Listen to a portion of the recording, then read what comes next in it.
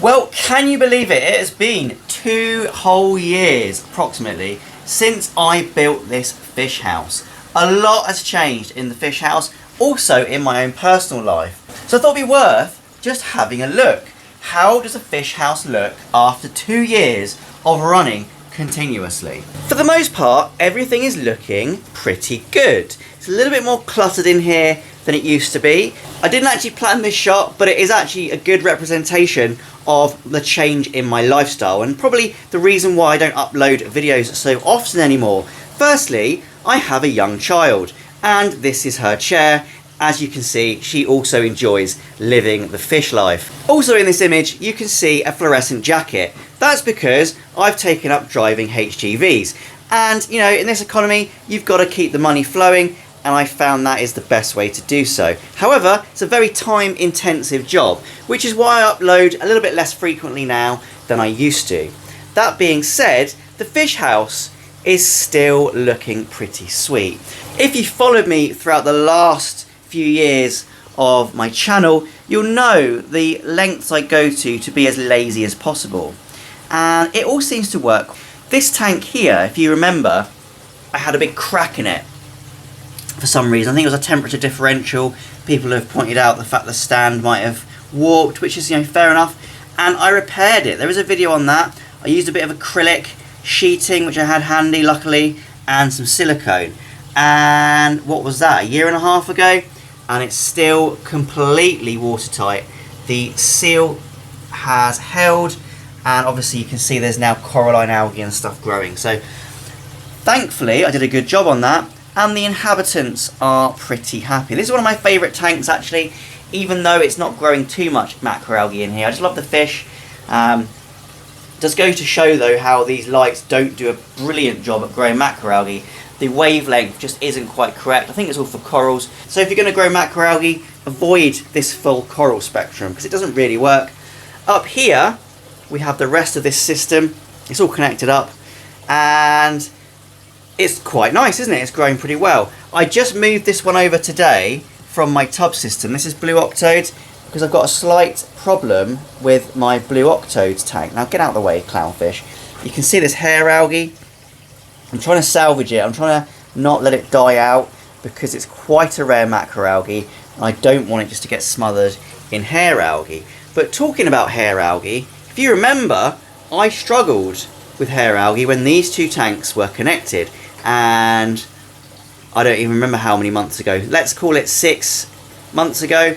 I disconnected them and they've been running separately. Since then, the hair algae has completely vanished in this side, but remained in this side, which goes to prove that the fact that I added lava rock in here has something to do with the hair algae, because as you can see, although this tank does look beautiful, and I do nitpick a little bit in terms of hair algae, it's still present in quite an abundance.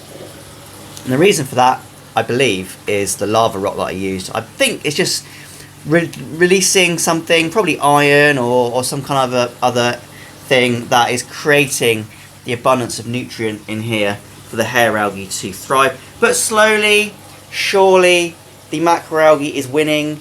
We are getting there. You can see the cryptonemia and the mammillaris are growing really nicely. The prolifera is growing really nicely. This Kenya tree has exploded. We've got a really healthy anemone and polyp colony over there. And would you look at that, my clownfish are actually hosting an anemone, which is pretty unheard of. I've got to say, these tank bred clowns don't always host anemones, but here we are, look at them. They are loving life in their anemone, so that is absolutely fantastic. Over to this side, this is the side I'm having a bit of an issue with, which is weird because for about a good 1.5 years, this was the best side. And what happened was, as I kind of expect with Botrocladia, it reaches this peak, and it's a bit hard to explain, but I find Botrocladia does really well for about 9 months. You get overwhelmed with it. There's tons and tons and tons and tons of Botrocladia. You think everything is fantastic, and then it just starts to decline. And it sort of melts away, and you're left with little sticks, little stems, which I can show you here. This is kind of, if I get under the light, this is what it goes to. It loses all of its bubbles. You just end up with sticks and stems, and it all starts to die back. And it's happened to me quite a few times actually. This isn't the first time it's happened. I think it's probably the third or fourth time, which is why I was expecting it, because I know just as I start looking at my Botrocladia and going, oh, that looks lovely, it's about to die. And it's kind of something I've got used to. But what the actual problem with that is this was full of Botrocladia, and it was acting as like a nutrient sponge, I guess. It was really sucking in all the nutrients. It was keeping the system really healthy. It was keeping all the hair algae away, and then it all died off, and suddenly we have an excess of nutrients, which is the issue over here, because now we've got hair algae. And if you remember back previously, this was hair algae free and full of blue octos, looking amazing. Again, up here we've got hair algae, we've got a little bit of hair algae, and we've got hair algae. Interestingly, the middle tank, which used to have hair algae, doesn't anymore, and we've now got loads and loads of this lovely red hair algae, funnily enough. But this is the good hair algae. I don't know what it's called. I think it's a kind of gracilaria, but who knows what that is, but I like it. And in the middle, we've got more cryptonemia, and this stuff going really well, but no hair algae. So I don't know. You tell me what's going on. At this point in the day, I kind of just don't worry about it. I know it's going to sort itself out eventually. We have down here some red ogo. This is the 4th attempt at growing this. This attempt seems to be going okay. It hasn't melted away. I find this quite temperamental. We've also got a new kind of Caulerpa. This is Caulerpa cylindrica, I think I've been told. I've got one stem, and it was very difficult to get shipped because the temperature went down, but the seller did a great job. He sent it again next day, and I managed to get this piece here alive. So fingers crossed this doesn't go sexual and melt away, because it's all I have. We've also got a bit of Alva, we've got some Cheeto, usual sort of suspects for this tank. Our little nano tank, our heaterless nano tank, is doing pretty well. This was a bit of an experiment because I've never been able to keep a nano tank going for very long. I've always struggled, and I've always found that after about 6 months it ends up a huge mess and looks awful. Now it does look very different to how it used to look. It used to be just dominated by taxifolia, and everything else was kind of smothered. But you can see we've even got a blastomusa coral in here. Remember, there's no heater in here. It's just running off room temperature. We've got blue octodes, although it's not looking very blue at the moment, but it is healthy. We've got this Caulerpa wenditi, which is a species that is very rare. I only know one other person that's got this. So fingers crossed this does okay. And we've got more cryptonemia and bits and pieces of other things. And yeah, it's doing really well. I think the water change schedule's helping. What I do here is I just drain it down 100%. Literally the water is just down there enough to cover the fish, and I refill it from my sump, which I do on the same day I do a water change of this system. So it seems to work. It's based on water changes, which is why this tank is looking so good. This sump has become a fish tank, as they inevitably do. We've even got some corals in here. Nice little coral garden. There, it looks nice, doesn't it? We've got some blue sympodium, some xenia, metallic xenia, and a lovely little leather coral. So looking nice, full of mollies, full of lovely live rock, which is like the rarest thing in the world at the moment. So there's also a fox face and a regal tang in here, but they are hiding as per usual.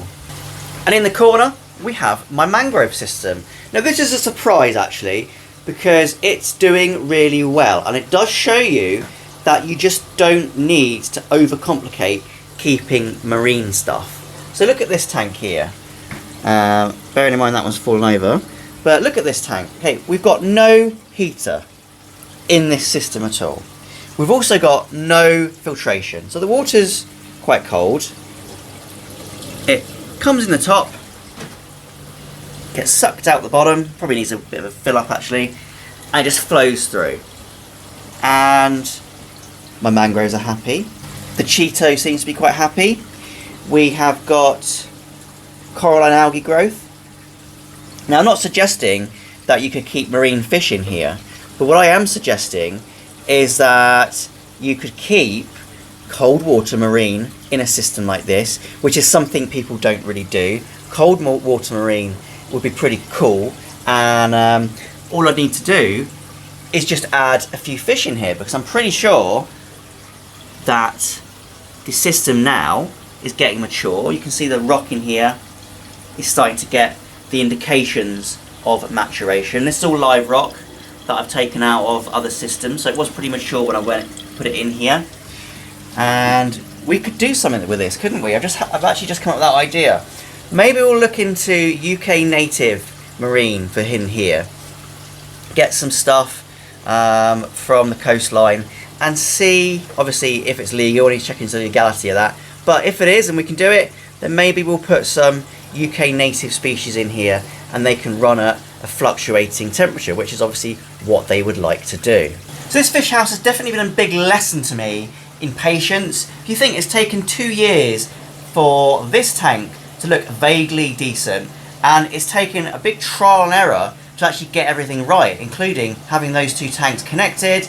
I'm still learning about how to keep my main system running properly, how to keep macroalgae growing. It's a great experiment, it's a great project. It is, however, really quite expensive to run. It's well over £200 a month on electricity to keep this going. Fortunately, YouTube pays for that. So actually you watching this video helps to fund this fish house and the costs associated. I mean, even on salt, I'm doing 2 water changes on the entire shed a month, and that's about over £100 of salt we've got, and that's not weight, that's cost. And then we've got electricity, like I said. So the actual running costs, probably £300 to £400 a month running this fish house. So when you are looking at setting up one of these things, you have to really put that into perspective. Of course, there's also water costs as well for all that water changing. So it could be even higher than that. But that aside, fish keeping is a lifestyle. It's also a hobby of mine, as you are aware. And I really enjoy sharing it with you, really enjoy the continuation of this fish house project, and I'll continue to do it for as long as I can, time being what it is these days. So thank you for watching. I hope you've enjoyed the video. If you have, please leave a like. Also subscribe to my channel if you're not already. Once again, thanks for watching and happy fish keeping.